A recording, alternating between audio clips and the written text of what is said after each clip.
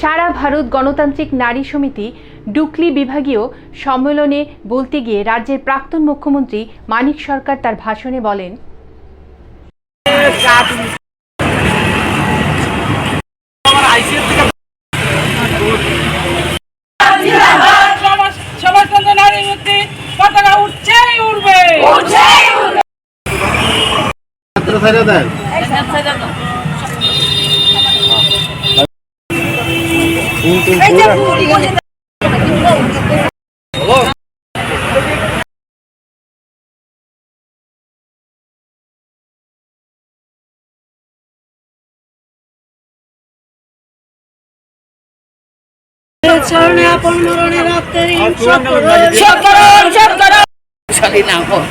তাহলে নারী নির্যাতন ক্রমবর্ধিত আরও বাড়বে। এটা দিন দিন এটার থেকে আমরা রেহাই পাবো না।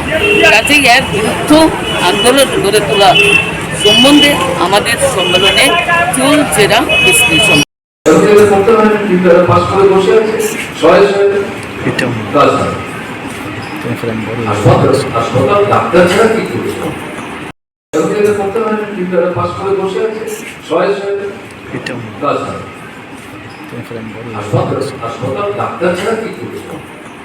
ডাক্তারবাবু তো একটা হাসপাতাল চালাতে পারবেন না, তাকে সাহায্য করার জন্য নার্স থাকবে,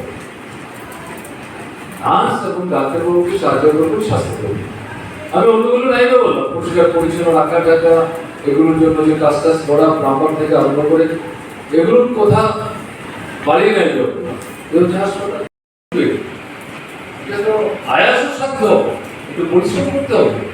এমনিতে আপনি রিসিপ্ট কেটে পয়সা দিয়ে হিসাব করে দিয়ে দিলাম, কোনো কোনো জায়গায় হয়তো রিসিপ্ট কেটেছেন পয়সা দিয়ে, আপনি হয়তো নিজের ব্যক্তিকে দিয়ে দিচ্ছেন, কি লাগছে ভাবছেন।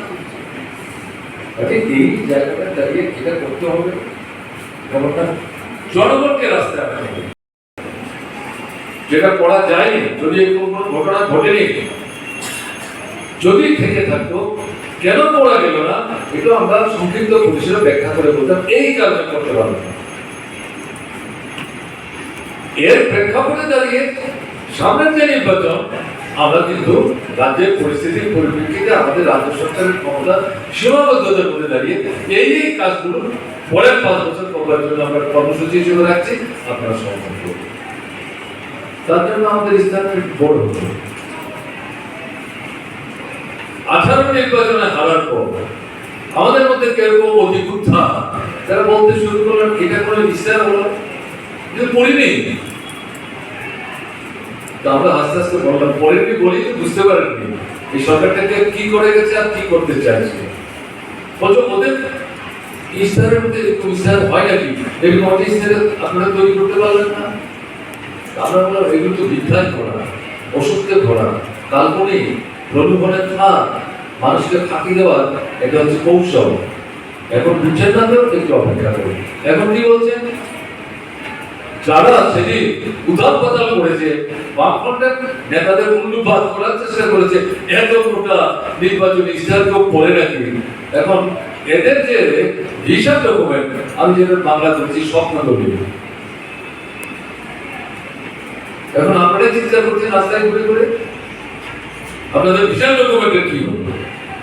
আপনারা বলছিলেন খুব ভালো পয়েন্টেড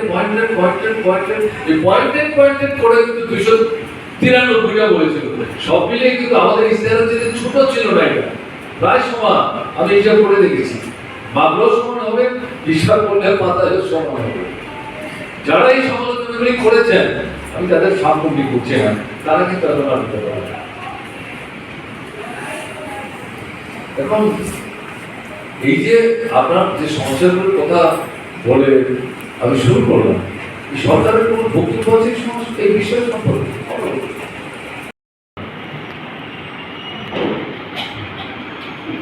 বিদ্যুতের দাম বাড়িয়ে দিয়েছে, নিয়মিত বিদ্যুৎ এখন সরবরাহ হয় না, একবার গেলে কয়েক ঘন্টা পরে আসবে আপনি জানেন না।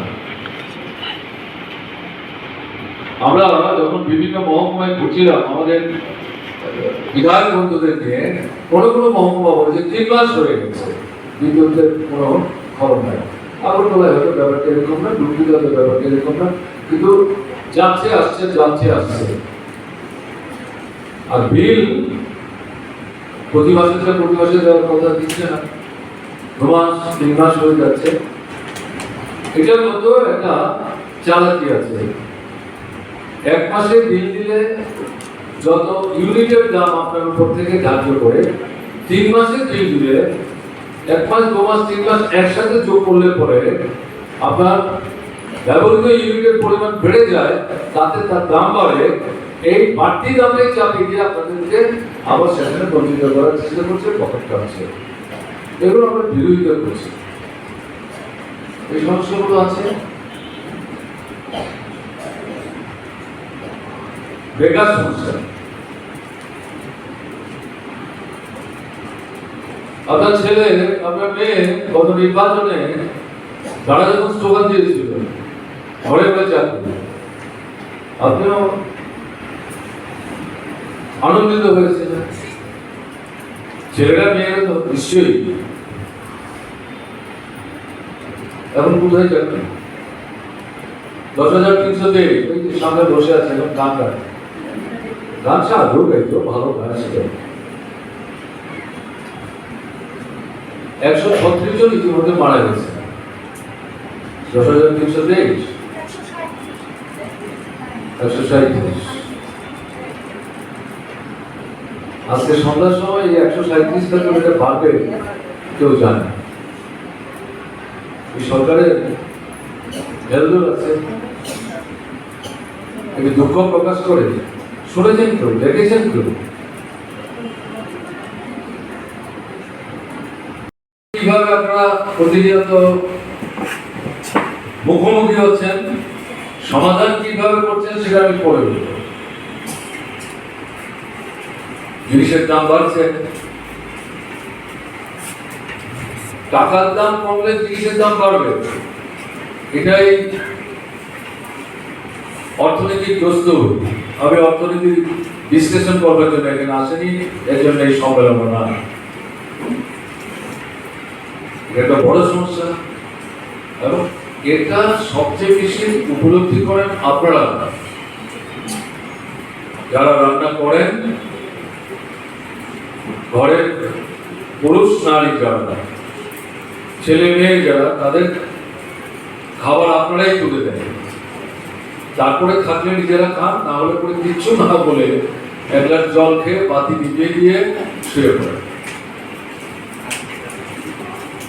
মূল কারণ কি? রোজগার নাই। আগের মতো জিনিস, প্রয়োজনীয় জিনিস যিনি পরিবারের কর্তারা, তার পক্ষে বাজার থেকে সংগ্রহ করে আনা সম্ভব হচ্ছে না। টানা করোনার মধ্যে দিয়ে চলতে হচ্ছে। এটা শুধু ত্রিপুরার সমস্যা মনে করলে ভুল করা হবে, সারা দেশে।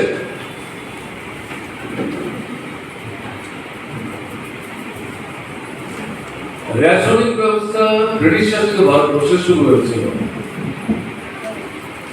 বর্তমান সরকারের দৌলতে সারা দেশে এটা ধীরে ধীরে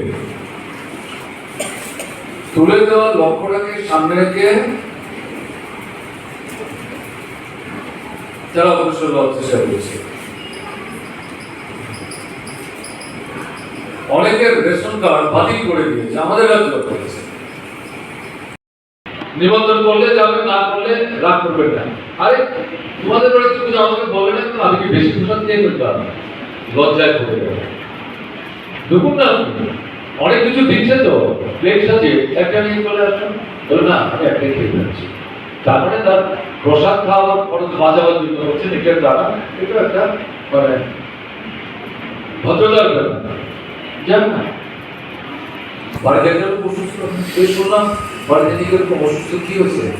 হাসপাতালে কিছু হয়ে গেল, কে নিয়ে গেল? নাই তো করবে। ঠিক আছে, দেখি তো আমি আমাদের কাউকে যে পাঠাতে চাই না, ব্যবস্থা করুন না। যদি বলে না হাসপাতালে তো নিয়েছিলাম, ওষুধ প্রেসক্রিপশন ধরিয়ে দিয়েছে, ওষুধ তো দিতে পারছে না, দেখি প্রেসক্রিপশনটা কটা কিনেছে, কটা কিনতে পারবে। আপনার পক্ষে দেওয়া হয়তো সম্ভব না, দেখেন আপনি নারী সমিতির পাঁচজনের সঙ্গে কথা বলুন, বাঙালি কমিউনিস্ট পার্টির নেতাদের সঙ্গে কথা বলুন, তারা কি শুধু বক্তৃতা করেই বেরোবে? তাদের নিজেদের কোনো সামাজিক দায়িত্ব নাই। বলে দিন আপনি 8 বছর আপনি এক জায়গায় আপনি 2 জায়গায় দেখছি তো আপনি মানে সিগারেটের পেছনে তুলো লাগানো, সেই তুলো লাগানো সিগারেট খাচ্ছেন 10 মিনিট 15 মিনিট পর পর, তিনটা কমান নাই পয়সাটা বাঁচলে তো তার সিগারেটটা কিনে দিতে পারে, একটু চোখ লাগিয়ে করবে। এই সবটা মিলিয়ে টাকাটা সংগ্রহ করে 3টার মধ্যে যদি 2টা ওষুধ আপনি কিনে দিয়ে আসতে পারেন, কি বলবেন? আরে তাদেরকে ভুল বুঝতে হবে, সেটা না। আপনি কোনো রাজনীতির কথা বলছেন না, বিজেপি বলছেন না, সিপিআইএম বলছেন না, আইপিএফটি বলছেন না, তীব্রা কথা বলছেন না, মারপিট ডাকা কিছু বলছেন না, জিনিসের দাম বাড়ছে খাবার দিতে পারে কিছু বলছেন না, কিন্তু এই যে কাজটা আপনাদের করছি না। আনন্দের অনুষ্ঠানে যান, বিপদের অনুষ্ঠানে যান, খোঁজখবর নেই, প্রত্যেকদিন বাড়িতে যাওয়ার দরকার নেই, সপ্তাহে একদিন যান, যদি তাও দিতে না পারে না, বাড়ির দরজার সামনে দাঁড়িয়ে কামনা শুভ আমি আছি, তোমার বাড়িতে আসবো 2 দিন পরে, অসুবিধা নাই কিছু। এটা রাজনীতির বিষয় নিয়ে আলোচনার চাইতে অনেক বেশি করছি না। আগে কি হতো ব্যাপারটি, এই যে রাতের বেলা খাওয়া দাওয়ার পর যখন স্বামী স্ত্রী ঘুমতে যাচ্ছেন, আলুটা না নিবিয়েও কিছুক্ষণ কথা বলেন, আলু নিবিয়েও মশারি তলায় কি বলছেন কালকে কি হবে, মেয়েটা কি হবে, ছেলেটা কি হবে। এই যে সমস্যা, এটা তো গত 5 বছর আগে এরকম ছিল না, 25 বছর আগে ছিল। কংগ্রেস রাজত্বে বামফ্রন্ট সরকার আসার পর রাত্র দিনের মতো ফারাক তৈরি করে দিয়েছিল, দারিদ্রতা দূর করে ফেলেছিল, বামফ্রন্ট সরকার দাবি করে। আমরা যদি দাবি করিনি, কিন্তু অনাহার মৃত্যু, সন্তান মৃত্যু এটা বন্ধ করেছিলাম আমরা। এবং এই যে বিষয়গুলো, এগুলি একটা ব্যবস্থা করা হয়েছিল। রাস্তাঘাট, জল, ফল, বিদ্যুৎ, সেচ, কেমন না, স্কুল, হাসপাতাল, গ্রাম থেকে শহর, শহর থেকে গ্রাম, একটা পরিকাঠামো ধীরে ধীরে উন্নতি করার চেষ্টা করছে। এখন যে বিষয়গুলি বললাম, এগুলিতে কি হচ্ছে, ঘরে যখন আলোচনা করে তখন আস্তে আস্তে কথা বলে, এই বেশি ছিল বলো না, যে এলাকা পাঠাচ্ছে রাস্তায় এলাকা করে শুনবে, ওহো নারী সমিতি এখনো মাথা থেকে যায়নি, ঘরে বসে বসে ষড়যন্ত্র করছে আমাদের বিরুদ্ধে বেরোবার জন্য, দেখে নেব। এই কারণে স্ত্রী বলছে স্বামীকে আসতে, স্বামী বলছে স্ত্রীকে আসতে। কোন রাজনীতি আছে না, কোন রাজনীতি আছে? সরকার কোথায় কথা বলবে, কার কাছে বলবেন, কে শুনবে? শোনার তো লোক নাই। এরা আপনার চোখ কান খোলা রেখে না দেখার ভাব করে দাঁড়িয়ে থাকছে। কারণ এই যে পরিস্থিতিটা তৈরি হলো, এটা তো ওদেরই নীতির ফল। এই বিজেপি আইপিএফটি সরকারের নীতির ফলে যা কিছু বলেই ভোট আপনার আমার কাছ থেকে নিয়ে সরকার আসুক না, কিন্তু সরকারে বসার পর এগুলো তো রূপায়ণ করা তাদের দায়িত্ব না। তারা তখনই ঠিক করে নিয়েছে, আবার যখন 23 সালে একটা নির্বাচন হবে তখন আবার নতুন কথা বলবে। আরে নতুন কথা বলতে গেলে পুরো যে কথাগুলি বলে সরকার এসেছেন, এগুলো কথাটা কি বলেন না করলেন, এটা একটা আপনাদের একটা বৈধীয় দিতে হবে। সদস্য বিপদ বন্ধু ঋষি দাস, বিপদের বন্ধু তিনি, কিন্তু তার মাথায় বিপদ চাপিয়ে দিয়েছে। সম্পাদক মন্ডলী সভা করে যাচ্ছেন, 30 থেকে 40 জন আক্রমণ করেছে। এমন ভাবে মেরেছে, কৌশলী বা ট্রেন যারা মেরেছে, দাঁত পড়বে না, হাত ভাঙবে না, কিন্তু ভেতর থেকে অন্তত আপনি জ্বলবে, মাথা তুলতে পারবে না, পা ফেলতে পারবে না, অস্থিরতা বোধ করবে, চিন্তা ভাবনা করতে পারবে। হাসপাতালে আমি যখন গেছি তাকে দেখতে, সে তাই করেছে। আর মায়ের জন্য কি যন্ত্র ব্যবহার করেছে তা আমাকে বুঝিয়ে বলার চেষ্টা করেছে। বলে আমি বন্ধুর স্বাস্থ্য খুব ভালো, এরকম আর পেয়েছে। বলছে আমি প্রায় 30-35 মিনিট পরে ধরতে বাধ্য হয়েছি, কেন এইভাবে করছো? দরকার হলে গুলি করে মেরে ফেলে, এইভাবে বন্ধ করে পাশে তো থানা। 40 মিনিট যাবৎ থানাটার সঙ্গে এই কাণ্ডটা হচ্ছে। এটা গণেশ পূজার নাম করে তার নামকে জিজ্ঞেস করেছে, সে কৌশল করে বাড়িতে যে নামে ডাকে তাকে ডাকে এই নামটা বলেছে। তোকে তো আমরা চিনি, তুই ওখানকার আড়ালিয়ার পার্টি করেছিস, মিটিং করেছিস, মিছিল করেছিস, তার ছবি তাদের ওখানকার লোক তাদের কাছে পার্টি বলছে এই সেই লোকটা কিনা, তারা কনফার্ম করেছে এই হচ্ছে সেই লোক। তারপরে আক্রমণ আরো দুটো হয়েছে, বুঝতে পেরেছেন তো? আমাকে যখন কালকে রাত 8:30টার সময় এসে বললো ভৌমিক, আমার মনে হয় সম্ভবত জনদাস তাকে ফোন করে বলেছে, আমি আবেদন করেছি ঠিক আছে, কারণ একটা টেনশনের মধ্যে, অনিশ্চয়তা, অবস্থিরতার মধ্যে অসুবিধা। এবং আমার তো ধারণা যদি ওই বাড়িতে সম্মেলন হতো, আপনারা যারা এখানে এসেছেন অত এখন তো 100 জন 10 জন করে লোক কম করে আপনারা কম আসতেন, আর এই একটা ঝামেলা করে যাবো, যাবো কি করে, সমস্যা হয়ে যাবে, বাড়ির উপর না করতো। এখানে বলাতে বলছেন না যাও, আপনি মনে করছেন না যাবে। কি পরিস্থিতি, এটাই তো ছিল। ওই অফিসটা আপনাদের কভার আক্রান্ত হয়েছে 8 থেকে 10 বার, লক্ষ লক্ষ টাকার জিনিস ছাই করে দিয়েছে। আমি তো 3 থেকে 4 বার বেশি করতে চাই, একটা অফিস ওখানে খোলা যাচ্ছে না এই মহকুমা। তাহলে এটা কি বলবো না, অনেক হয়তো ভাবে বেশি ছিল জিনিসটা ঠিক আছে, এটাই তো। এটা বোঝার জন্য মোটামুটি বই করার দরকার নেই, বাস্তব জীবনে জ্যোতির নামে যে জায়গায় যাচ্ছে, এটা বিদ্যার অঙ্গনে দিনের বেলা অমাবস্যার মধ্যরাত্রির অন্ধকার নামিয়ে নিচ্ছে। গরিবের ছেলে, মধ্যবিত্ত ছেলে মেয়ে, নিম্নবিত্তের ছেলে মেয়ে পড়তে পারবে না। লক্ষ কোটি টাকার মালিক যারা, তাদের ছেলে মেয়েরা পড়তে পারে, তাদের পোশাক আশাক তো কোনো ব্যাপার না। ছেলে মেয়েদের কথা কিন্তু বলছি না, তারা তো অপরাধী না, এরাই তো আমাদের দেশের ভবিষ্যৎ হবে। কিন্তু আপনার ছেলে মেয়ে কি হল? এরাও তো পৃথিবীর সন্তান, তাদের ছেলে মেয়ে পড়তে পারবে না। আমরা তো বামপুর কলেজে বিনা পয়সায় পড়ার ব্যবস্থা করে দিয়েছিলাম, 12 ক্লাস অব্দি সমস্ত বই কিনে দেওয়ার ব্যবস্থা করেছিলাম, ঠিক না? এগুলো তো গল্প না। এখন কি হচ্ছে, আপনি চিন্তিত, দুশ্চিন্তাগ্রস্ত, আবার আগের জায়গায় ফিরে যাচ্ছেন।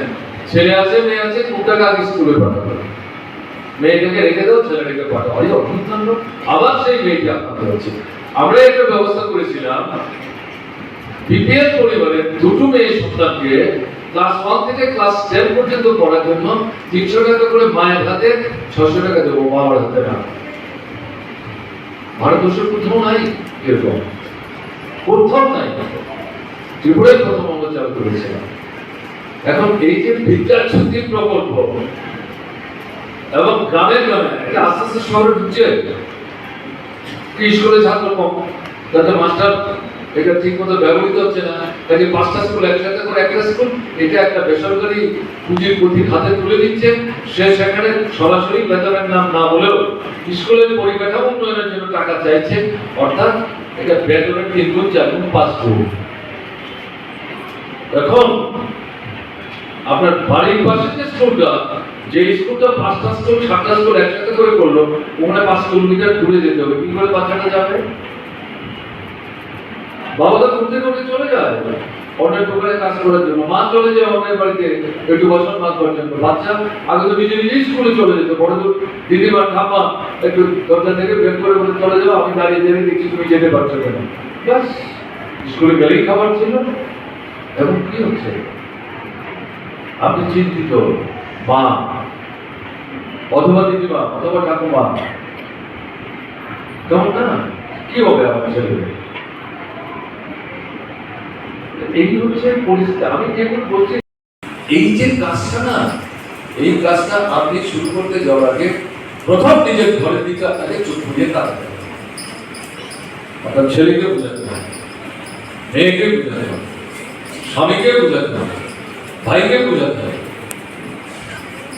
হলো তো অনেক, তোমরা বলেছো চুপ করে থাকতে, চুপ করেছিল। আমিও তোমাদের বলেছি চুপ করে থাকো।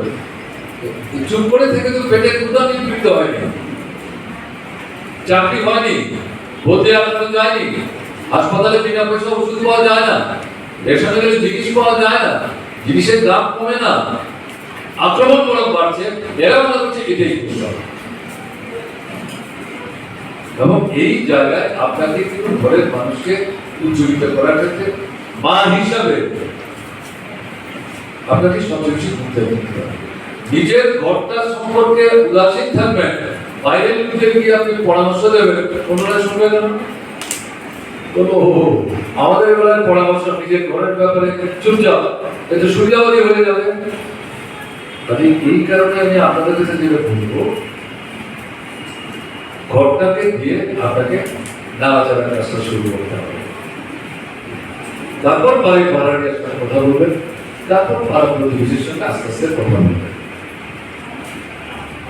ঘরের ভেতরে রাজনৈতিক আলোচনা করুন, ঠিক আছে, দাম বাড়ছে, এই করছে, সেই করছে, চাকরি নেই, বাকি নেই, লেখাপড়ার সুযোগ নেই, হাসপাতাল নেই, বাঁচবো কি করে? যাও ঘরে অংশগ্রহণ করবো, চুপচাপ বসে আছো, তোমার সামনে দিয়ে তোমার সমস্যা নিয়ে স্লোগান দিয়ে মিছিল করে যাচ্ছে, তাদের মাথা ফাটিয়ে দিচ্ছে, তুমি মুখ লুকিয়ে চলে আসছো। নিজের সংগ্রাম হয় না, লজ্জা হয় না? এটা যখন বলবেন না, পাশের বাড়িতে চট করে এই বিষয়গুলো এখন বলা না। ওই যে আপনাদের কত সম্মেলনে কি বলা হয়েছিল, বাড়ি বাড়ি যাও, যোগাযোগ রক্ষা করো, বুঝাও, তাদের রাস্তায়। আমি এটাকে আরো অন্যভাবে বলছি, না এগুলি দরকার নেই। বাড়ি বাড়ি যান না, শুধু যান না, পাড়ায় থাকেন, 5টা 7টা 10টা পরিবারের সঙ্গে যোগাযোগ করুন না, সপ্তাহে একবার যান না, 8 ঘন্টা 10 মিনিট 15 মিনিট, কি খবর? শুনলাম নাতি হয়েছে, দেখে একটু উঠলাম, কিরাম রেখেছে, যে প্রসব করেছে মেয়েটি, তার শরীরটা এখন কিরকম আছে? আপনি যদি জিজ্ঞেস করেন, মানে একটু অখুশি হবে না, আপনি তো চাকরি চান কেমন না? এখন কি হচ্ছে, স্কুলের সময় শেষ হওয়ার পর 8 ঘন্টা অতিবাহিত হলে, কলেজের সময় শেষ হওয়ার পর 1 ঘন্টা অতিবাহিত হলে পরে দুশ্চিন্তাগ্রস্ত হয়ে পড়ছেন। মা বাবাকে বলছেন, বাবা ছেলেদের বলছেন, দেখো গিয়ে তোর বলে কি হলো, আসছে না, কারণটা কি? এই তো পরিস্থিতি। চাকরি করছে স্বামী অথবা মেয়ে অথবা ছেলে, কখন কোথায় বদলি করবে আপনি জানেন না। জিনিসপত্রের দাম বৃদ্ধি, জীবনযাত্রা স্বাভাবিকভাবে নির্বাহ করা, অর্থনৈতিক দিক থেকে যে জায়গায় চলে গেছে, তাতে যদি একজনের আয়ে যে পরিবারটা চলে, এটা যদি ভাগ করে 2-3টে জায়গায় করতে হয়, তাহলে চলবে কি করে? বদলি করে যেতে হবে, আলাদা করে ঘর ভাড়া করতে হবে, রান্না বান্নার ব্যবস্থা করতে হবে, তাহলে ভাগ হয়ে গেল 2টো পরিবার, ভীষণ সমস্যা তৈরি হচ্ছে। এটাও আপনার কাছে কিন্তু একটা ভয়ের কারণ। ওই মেয়ের কথা যখন বললাম, এটা হচ্ছে বেশি কিছু নড়াচড়া করলে পরে যদি বদলি করে দেয়, তাহলে তো আরো একটা সমস্যা তৈরি হবে। এই সমস্যাগুলো আছে, অসুস্থ তো হয়ই। আগে কি হতো, হাসপাতালে নিয়ে যাবে, পাঠাতে পারলে পরে মোটামুটি নিশ্চিন্ত হওয়া যেত, সব ওষুধ না পাওয়া গেল, 5টা হলে 2টো পাওয়া যাবে, বেশি হলে তো কথাই নেই। ডাক্তারবাবু যদি মনে করেন তাহলে ভর্তি করে নেবে, আমরা পরে গিয়ে ইউজ করবো। বাড়ি থেকে খাবার দেওয়ার দরকার নেই। যে রোগী বেশি ভালো থেকে অবস্থা ছিলেন বাড়িতে, যেভাবে হোটেলেরটা খেতে চান না, হাসপাতালেরটা, তার জন্য বাড়ি থেকে যাবে। অধিকাংশ এখন অবস্থাটা কি হাসপাতালে? ওষুধই তো নাই। কাটা ছেঁড়া করতে গেলে ঘরে বলছে, সুই কিনে আনুন, ব্লেড কিনে আনুন, সুতা দিন, তুলা দিন, বসবেন মিস্ত্রি। ভর্তি করাতে চান হাসপাতালে, ভর্তি করলে খাবার দিতে হবে, পয়সা নাই। আপনাদের এখানে এই সমস্যা নাই, কিন্তু গ্রামের হাসপাতালে হচ্ছে কি রেফার করছে আগরতলার বড় হাসপাতালে, রোগীর বাড়ির লোক জিজ্ঞেস করছে কি করে নিয়ে যাবো, ঠিক আছে বলি এই 1 লক্ষ টাকা কিন্তু আসলে 1 লক্ষ না। আরো যদি গভীর দিকে চিন্তা করি তার মধ্যে অন্তত 15-20 আছে ঠিকঠাক না, আগ্রহ সাথে করে এটা অন্যদের মাধ্যমে সংগ্রহ করেছে। মহিলাদের ব্যাপারে মেয়েরা করবে, বাড়িতে যাবে, কথা বলবে, বুঝাবে, তারা জিজ্ঞেস করবে নার্সিংকে কি কেন এটা করতে হবে, কি দরকার, আমি তো ভালোই আছে, আমার স্বামী আছে, পুত্র আছে, কন্যা আছে, চাকরি করে রোজগার করে দোকান আছে, পাট আছে, আবার তোমাদের সঙ্গে যেতে হবে, আমার যাওয়ার জন্য যেতেও বলছে, আমার পয়সা দিয়ে কাগজও কিনতে বলছে, কি ব্যাপার প্রশ্ন করবো না? আপনি না গেলে কি করে প্রশ্ন করবেন? আগেও আমরা কিন্তু করি না। হঠাৎ করে একদিন দেখা গেল ঝান্ডা টান্ডা নিয়ে 20-25 জন বাড়ি থেকে উপরে উঠলাম, মানুষ তো ভয় পেয়েছে কি ওরা আপনার অপরাধ করবে, বলো না না আমরা ব্যাপার শুরু করি। কিসের ব্যাপার? হ্যাঁ আপনি বলছেন নারী সঙ্গীর ব্যাপার 2 টাকা, তারা পারলে 20 টাকা দিয়ে দিতে চায়, কত তাড়াতাড়ি তারা যাবে বাড়ি থেকে, কোনো প্রশ্নই করছে না, কি মানে আছে কি সবই ফিরছে আমাদের ফিরছে না, এই কারণে 6 লক্ষ টাকা 1 লক্ষতে চলে এসছে। এটার থেকে যদি ঘুরে দাঁড়াতে চান, ওই যে রমাদাস তার 10-12 মিনিটের বক্তৃতায় শেষের দিকে সংগঠন বললেন, আমার যেটা বক্তব্য আমাদের ভুল বুঝতে হবে, সংগঠনটা করতে গেলে পরে মানুষের সঙ্গে তো মিশতে হবে, নিশ্চয়ই প্রথমে গিয়ে মানে রাজনীতির কথা কাল মতো দিয়ে শুরু করতে হবে না, পারিবারিক সমস্যা তিনিই দেখবেন। আপনি যখন যাচ্ছেন তারপরে বলবেন এখন আগে তো এখন এত দল দিয়ে মাছের ঝুল করতে পারি না, এই মাছ যখন দেই এটা ঝগড়া হয়, বলে ঝুলের কোনো টেস্ট নাই। আরে কি করে টেস্ট, যত দেন তত টেস্ট, কেন তেল নাই? দাম বেড়েছে, দাম বাড়লে তোমার কি হলো, যে লোকটা কিনে আনবে তা তো পয়সা কম, শুধু কিনে আনতে পারছে না, এই দিয়ে তো শুরু হলো, এটাই তো রাজনীতি।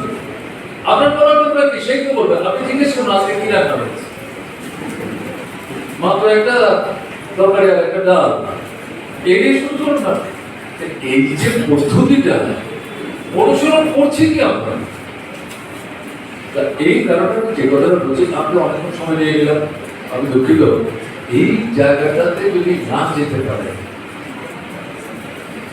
ঘরটার দিকে নজর দিন, তাদের প্রথম ঠেলে বের করুন, আপনি নিজে যান এবং পাশে যারা আছেন তাদেরকে একবারে আমার সাথে চলো বলার দরকার নেই, এই কাজটা করার মধ্যে যে 1 মাস 1.5 মাস গেলে পরে তারপরে একটু যাবেন নাকি? আজকে তো জিনিসপত্রের দরদামের বিরুদ্ধে আমাদের একটা মিছিল আছে, আপনার সমস্যা নিয়ে আমরা স্লোগান দেবো, কি করে না করবো? অথবা বলবে আজকে নামে ড্রাইভার গেল, আরেকদিন যাবো, ঝগড়া করবেন না, এর বিরুদ্ধে কোনো কথা বলা যাবে না, বলবার চেষ্টা করলে বিপদ হয়ে যাবে, প্রাণ সংশয় হবে, এবং তাই করছে তারা। এখন প্রশ্নটা হচ্ছে এই যে বিষয়টা চলছে, ঘরে বসে বসে স্বামী স্ত্রীর সঙ্গে আস্তে কথা বলছেন, স্ত্রী স্বামীর সঙ্গে আস্তে কথা বলছেন, মা বাচ্চাদের সঙ্গে আস্তে কথা বলছেন, দরকার নেই এখন বিবাহের, দরকার নেই এখন এসওআই, নিজের কোনো মতে হয়তো মেম্বারশিপের পয়সা দিচ্ছেন, রিসিভ দিতে চাইছেন না, দিতে চাইলেও হয়তো কোথাও কোথাও বলছেন আমার নাম লিখো না। 4.5 বছর হয়ে গেল তো, আপনার পারিবারিক অবস্থার কোনো পরিবর্তন হয়েছে?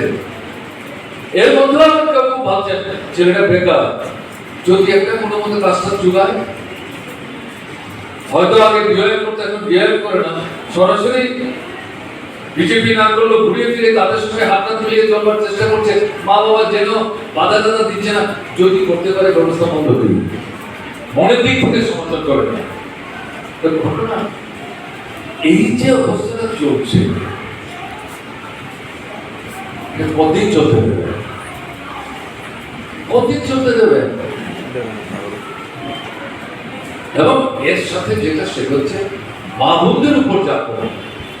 আপনাদের রিপোর্টের মধ্যে উল্লেখ করেছে, আপনাদের সম্পাদকে পড়তে গিয়ে কন্যা শিশু সন্তান থেকে শুরু করে বৃদ্ধা মা, দিদিমা ঠাকুর, পার্শ্ববিক ঘটনা ঘটছে। অপরাধ বাড়ছে বললে শুধু শেষ হবে না, পার্শ্ববিক ঘটনা ঘটছে, প্রতিদিন পত্রিকা খুললে পাওয়া যাবে। তাহলে এই যে পরিস্থিতিটা আর কত ঘরে বসে সহ্য করবে? যদি মনে করেন না দেখি কি দেখবেন, দেখবেনটা কি এই সরকারটা থাকবে আর আপনাদের এই সমস্যাগুলি সমাধান হবে, এটা যদি মনে করেন তাহলে আরেকবার হবে এবং পরিস্থিতি আরো খারাপ থেকে খারাপ হয়ে যাবে। জিনিসের দাম কমবে না, রেশন ব্যবস্থা এটাকে শূন্য জায়গায় নিয়ে যাবে। আপনার ছেলের চাকরি, মেয়ের চাকরি, কোথায় চাকরি ছাটাই হচ্ছে, চাকরি যাচ্ছে, শেষ হচ্ছে, শূন্যপদ তৈরি হচ্ছে। এটাই তো এখন নতুন করে প্রায় 21 থেকে 22,000 শূন্যপদ তৈরি হচ্ছে। পুরনো শূন্যপদ পূরণ করার কথাই তো এখন আর করছে না। বিধানসভায় 3বার প্রশ্ন করে আমাদের বিধায়করা উত্তরই সংগ্রহ করতে পারেন, বলছে এখন তথ্য সংগ্রহ আছে, 5 বছর লাগে তথ্য সংগ্রহ করতে। এই যে পরিস্থিতি চলছে, অবস্থা কিন্তু কোনো পরিবর্তন হবে না। তবে কি করতে হবে? সবাই এসছে, আপনাকে তো এখন মুখ খুলতে হবে। কতবার চেপে রাখবেন? সরা করতে হবে, উঠান থেকে রাস্তায় আসতে হবে, অন্যদের সঙ্গে হাত মিলিয়ে এগোতে হবে এবং বলতে হবে। দেখলাম তো 7,000 বছর হয়ে গেল, 5 মাস আছে। 5 মাসে কি আকাশটা মাটিতে নিয়ে আসবে? তারা বললেই বলো হয় নাকি? এগুলো হচ্ছে একেবারে উল্টো পড়তে চলছে, তাই না? এবং এই কারণেই আপনি যে ঘরে বলতে ভয় পাচ্ছেন, বেরোতে চাইছেন না, তারা একটা বেশিসুলভ সন্ত্রাস তৈরি করেছে। বেশিসুলভ কেন বলছি? বিধানসভার একটা ধাঁচাটা আছে, আগরতলা নগর ধাঁচাটা আছে, ব্লক অফিস, পঞ্চায়েত সমিতির ধাঁচাটা আছে। ভোট দিতে পেরেছেন? পঞ্চায়েতেও ভোট দিতে পারেন, নগরেও ভোট দিতে পারেন, বিধানসভার উপনির্বাচন ভোট দিতে পেরেছেন? পারেন। এই কারণে বলছি, গণতন্ত্রের মন্দির পীঠস্থান বলে যে প্রতিষ্ঠানগুলোকে বলা হয়, আমাদের সংবিধান যেগুলো সৃষ্টি করেছে এগুলোর ধাঁচাটা রেখেছে, কিন্তু এগুলোর যে তৈরি করার পদ্ধতি, এগুলির মাধ্যমে জনগণ হয়ে কথাবার্তা বলা, তর্ক বিতর্ক করা, মতামত উপস্থিত করা, সরকারের ভুল ধরিয়ে দেওয়া এবং জনগণের ভাবনা চিন্তাকে উপস্থিত করে সরকারের কি করা উচিত এগুলো বলবার যে ব্যবস্থা, সবকিছু বন্ধ ফুটিতে হচ্ছে না। সহজ কথায় এটাকে সামনে রেখে আমরা বলছি বেশিসুলভ একটা পরিবর্তন তারা তৈরি করেছে এবং এর পরেও যদি আপনি কথা বলার চেষ্টা করেন, প্রতিক্রিয়া করার চেষ্টা করছেন। যে ব্যাংকেতে বসে আপনারা সম্মেলন করছেন, এই ব্যাংকে কবার আক্রান্ত হয়েছে?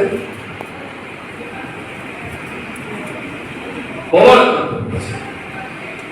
পত্রিকায় দেখলাম তাদের যে নতুন সভাপতি হয়েছে, ভদ্রলোকের শুধু ব্যক্তিগতভাবে কোনো বিরুদ্ধে আমি চিনিও না, পত্রিকা পড়ে বলছি এই বাড়িটা যে আক্রান্ত হয়েছে, আগুন লাগিয়েছে, পাশে একটা পত্রিকা অফিস আছে, এটাকে ভেঙেছে। এখান থেকে মার্কসবাদী কমিউনিস্ট পার্টি জাতীয় দপ্তর আক্রমণ করেছে, দর্শকদের মূর্তি ভেঙে চৌচির করে দিয়েছে, দেশের কথা পত্রিকার অফিস বাইরে থেকে ঢিল ছুড়ে বেড়েছে। এই গোটা জিনিসটার মধ্যে যে কয়েকজন নেতৃত্ব করেছেন তার মধ্যে একজন যিনি এখন তাদের দলের সভাপতি হয়েছেন। এখন তিনি কি করবেন এটা তিনি ঠিক করবেন, তার সঙ্গে কিন্তু ব্যক্তিগতভাবে কোনো বিরোধ নেই। কারণটা কি? এই ঘটনাটার কারণটা কি? সরকারের কোন দুর্বলতা বলা যাবে না, প্রতিবাদ করা যাবে না। এই আক্রমণটাকে কি অছিলাই করা হলো? কাঠালিয়া ব্লকে গণডেপুটেশন হবে, আপনারা আপনাদের এই রিপোর্টের মধ্যে শেষের দিকে সামনের দিনের আন্দোলনের যে বিষয়গুলো উল্লেখ করেছেন, আপনাদের সম্পাদিকা করেছে, তার অধিকাংশ বিষয়গুলো ওই ব্লকের গণডেপুটেশনের মধ্যে রাখা ছিল। তারা বিডিওর কাছে ডেপুটেশন যাবে। তাদের যে বিধায়ক প্রথম 2-3 মাস তিনি ঘন ঘন যাতায়াত করছে, তারপর থেকে তার যাওয়া বন্ধ, বিশেষ করে লোকসভা নির্বাচনের সময় থেকে। তারা খবর পাঠালেন আমরা এই ম্যাটার ডেপুটেশন যাবো, আপনি কি থাকবেন আমাদের সঙ্গে? আমরা চাই আপনি থাকবেন। বলে নিশ্চয়ই থাকবো, কেন থাকবে না? কেন গেলে এই ব্লকে কয়েক হাজার মানুষ জমছে চারিদিক থেকে, তারা কেন যাবে? তাদের আটকাবার চেষ্টা করছে পুলিশের সামনে, পুলিশকে পুতুল হিসেবে বানিয়ে রেখে 100 লোক জমায়েত হয়েছে 1,500 লোক আটকে দেওয়ার জন্য। মানুষ মানবে কেন? তো তার কি কারণ? আমরা ডেপুটেশনে যাচ্ছি, আমরা তোমাদের অভিযোগ করতে যাচ্ছি না।